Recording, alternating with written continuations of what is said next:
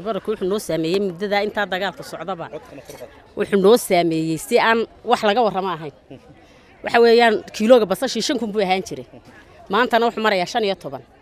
aniga laftayda iska badaa cid kale dherigan karinay waan daayay baastan karin jiray bariis baan karin jiray maalintii 3-4 kiilo baan isticmaali jiray farahan ka qaado xoolahaas nimka anduba waana iibsan kari weynaydii qofka aan soo baxayna kaba sii darande aan isaguna suuqaaba joogineen waxba gacanta ku haynin kolkaan noloshayna sidoo guud aad buu saameeyay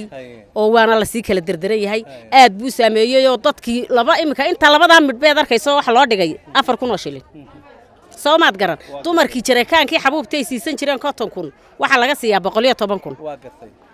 maxay ka cuni iyadii baa laga siiyay maxay ahayd ay jireekaanka ku taagan yahay 12 kiiloogu iyadiina 12 bay hadana siinaysaa waa gartay xalay waa cusba milix sidoo saameeyay noloshaada adiga guud ahaan loo saameeyay oo anigu isaameeyay cuntadan karinaya madaayadii waan gartay baastadii baan daa shaqadii iyo baastadii bariiski baan joojiyay waan gartay kiishkii dhuxushii wuxuu noqday 80 lixdan waxaan ilaa 50 buu ahaan jiray kiiloogii xabuubtii wuxuu noqday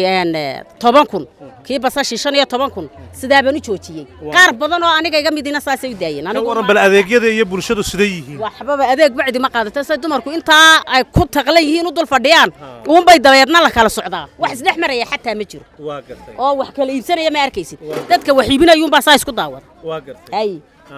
anigu waxaan ka tagi jiray ilaa 12 halkan ilaa 3 waan joogaa ilaa 4 halka fadhiya waa gartay hay xusbiga talada haye ilaahay baa talada haye midida daabkeega iyaga hayo gudunta daabkeega shacabka hoos oo eegaan oo sidan waxa ka bedelaan oo ummadda la socdaan kitaabka gacanta saaran oo u dhaarteen in laynay ummadda wax u qabanayaan waxaan ku codaynay deesonagi codaynay wuxuu ku dhaartay ninka dhaartay masaakiinta inuu hoos u eego masaakiinta hoos oo eego oo ha eego oo waa la go'ay oo waa la gaajo oo dad ba albaabadu xidhan yihiin oo soo bixin oo dadku ma wada xarifsanaya suuqa ma wada joogaan